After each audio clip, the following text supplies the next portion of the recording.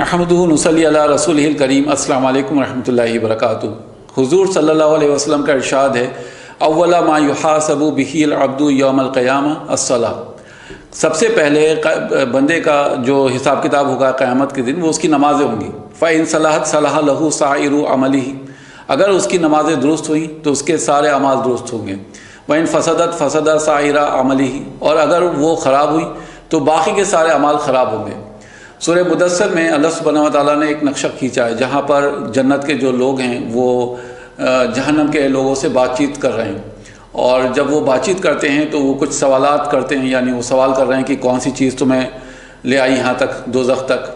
تو جو جہنمی ہیں، جو جہنم کے لوگ ہیں، وہ جو جواب دے رہے ہیں ان کا جو پہلا جواب ہے اس پہ آپ غور کریے گا کہ کیا انہوں نے جواب دیا ہے۔ اور اس پورے منظر کو جو رکھا گیا ہے، اس کی جو منظر کشی کی گئی ہے وہ سورہ مدثر میں ہے۔ ارشاد ہوا ہے، کل نفس بما کسبت رہینہ، ہر جان گروی ہے اس کے عوض جو کچھ اس نے کمایا ہے۔ الا اصحاب الیمین، سوائے ان لوگوں کے جو داہنے والے ہوں گے، یعنی اچھے لوگ ہوں گے، نیک لوگ ہوں گے۔ نماز میں صف کے لیے حضور کا صلی اللہ علیہ وسلم کا ارشاد ہے کہ اللہ کو صف کا سیدھا ہاتھ کا حصہ پسند ہے۔ اس کے معنی یہ نہیں ہوئے کہ آپ سبھی سیدھے ہاتھ پہ جا کر کھڑے ہو جائیں اور بائیں جانب صف میں کوئی کھڑا ہی نہ ہو۔ اس کے معنی یہ ہوں گے کہ اللہ سبحانہ و تعالیٰ کو صفوں میں لوگوں کا جمع ہونا پسند ہے جو ایک قطار میں کھڑے ہوتے ہیں، کیونکہ حضور صلی اللہ علیہ وسلم کا ارشاد یہ بھی ہے کہ امام کو بیچ میں ہونا چاہیے، تو ظاہر سی بات ہے اس کو بیلنس کرنا ہے مقتدیوں کے ذریعے۔ تو آپ کو چاہیے کہ آپ دونوں طرف یعنی لائن بناتے ہوئے چلیں، تو معنی ہوں گے سیدھی لائن، پیکڈ لائن، یعنی کندھے سے کندھے جڑے ہوئے۔ تو ارشاد ہے سورہ مدثر میں، فی جنات یتساءلون، وہ جنت میں ہوں گے ایک دوسرے سے سوال کرتے ہوئے، ایک دوسرے سے ڈسکشن کرتے ہوئے، عن المجرمین، مجرموں کے بارے میں۔ اب مجرم کے معنی صرف برے لوگ نہیں ہوتے بلکہ کنوکٹڈ لوگ، یعنی ایسے لوگ جن کا جرم جو ہے وہ ثابت ہو چکا ہے اور واقعی میں وہ برے لوگ ہیں۔ اللہ سبحانہ و تعالیٰ کا ارشاد ہے کہ اگر آپ لوگوں کو معلوم ہی کرنا ہے کہ جہنمی کے سال میں ہیں تو ان کو یعنی اللہ تعالیٰ اپرچونٹی دیتا ہے کہ وہ ایک موقع دیتا ہے کہ وہ یعنی جنت کے لوگ جو ہیں جہنم کے لوگوں سے بات چیت کریں۔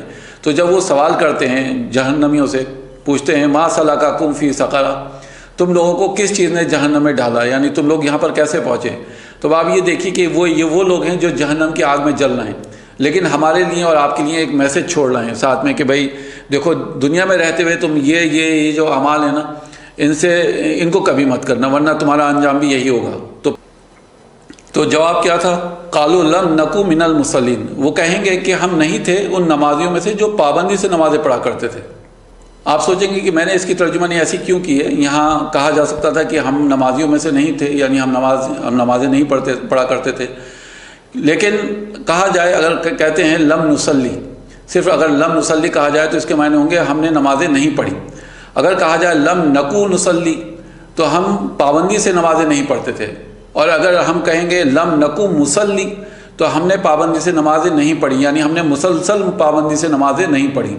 لیکن ان میں سے کچھ بھی نہیں کہا گیا ہے، بلکہ ارشاد کیا ہوا ہے، لم نکو من المصلین، ہم نہیں تھے ان نمازیوں میں سے جو پابندی کے ساتھ نمازیں پڑھتے تھے، یعنی ہم خود تو تھے ہی نہیں نماز پڑھنے والوں میں سے، لیکن ہم نے اپنے آپ کو بھی اس ماحول سے دور رکھا جو نمازوں کی پابندی کرتے تھے۔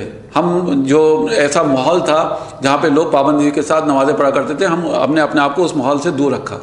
ظاہر ہے جب کسی کی نمازیں نہیں ہو رہی ہیں تو اس کی روح دب جاتی ہے یا ایک دم ختم ہو جاتی ہے یا ڈورمنٹ اسٹیٹ میں چلی جاتی ہے، اور پھر اس کا نتیجہ یہ ہوتا ہے کہ اس کی جو باقی کی نیکیاں ہیں زندگی میں ان کی اہمیت ختم ہو جاتی ہے، جاتی رہتی ہے۔ ارشاد ہوا ہے، وَلَمْ نَكُ نُطْعِمُ الْمِسْكِينَ، یعنی ہم مسکینوں کو پابندی سے کھانا نہیں کھلاتے تھے، تو یہ ایک اور ان کے اندر برائی آ گئی تھی۔ وَكُنَّا نَخُوضُ مَعَ الْخَاضِعِينَ، اور ہم بیکار کی باتیں بنانے والوں کے ساتھ مل کر بے حیائی اور بیکار کی باتیں بناتے تھے۔ وَكُنَّا نُكَذِّبُ بِيَوْمِ الدِّينِ، اور آخرت کے دن کو جھٹلاتے تھے، یعنی جزا اور سزا کے دن کو جھٹلاتے تھے۔ یعنی کوئی اگر یاد بھی دلا رہا ہے، کوئی یاد دہانی، بھائی تم کیا کر رہے ہو، کیوں نماز قضا کر رہے ہو، تو الٹا اس کو جھڑک دیا، جاؤ بھائی بہت نیک بنے پھرتے ہو، اس ٹائپ سے باتیں کرنے لگے۔ حتیٰ اتانا الیقین، یہاں تک کہ وہ یقینی چیزیں سامنے آ گئیں۔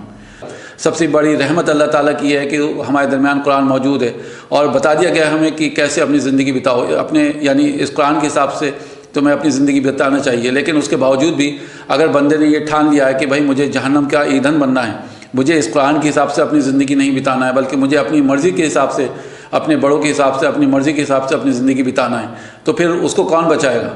اللہ تعالیٰ کا رحمت کا معاملہ ہے یہ۔ تو ظاہر سی بات ہے جب سورہ مدثر میں نقشہ کھینچا گیا ہے تو اس نقشے کے پیچھے مقصد یہی ہے اللہ تعالیٰ کا کہ جو باقی کے بندے ہیں وہ اس بات کو اپنے لیے نصیحت کے طور پر لیں، اس بات کو اپنے لیے تلقین کے معاملے میں لیں کہ نمازیں نہیں پڑھنا، مسکین کو کھانا نہیں کھلانا، آخرت کے دن کو جھٹلانا، یہ سب کیا ہیں؟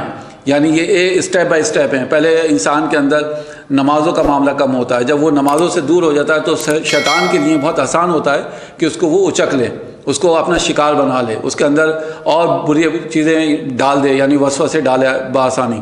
اللہ تعالی ہم سبھی کو محفوظ رکھے۔ وآخر دعوانا ان الحمدللہ رب العالمین۔ السلام علیکم ورحمۃ اللہ وبرکاتہ۔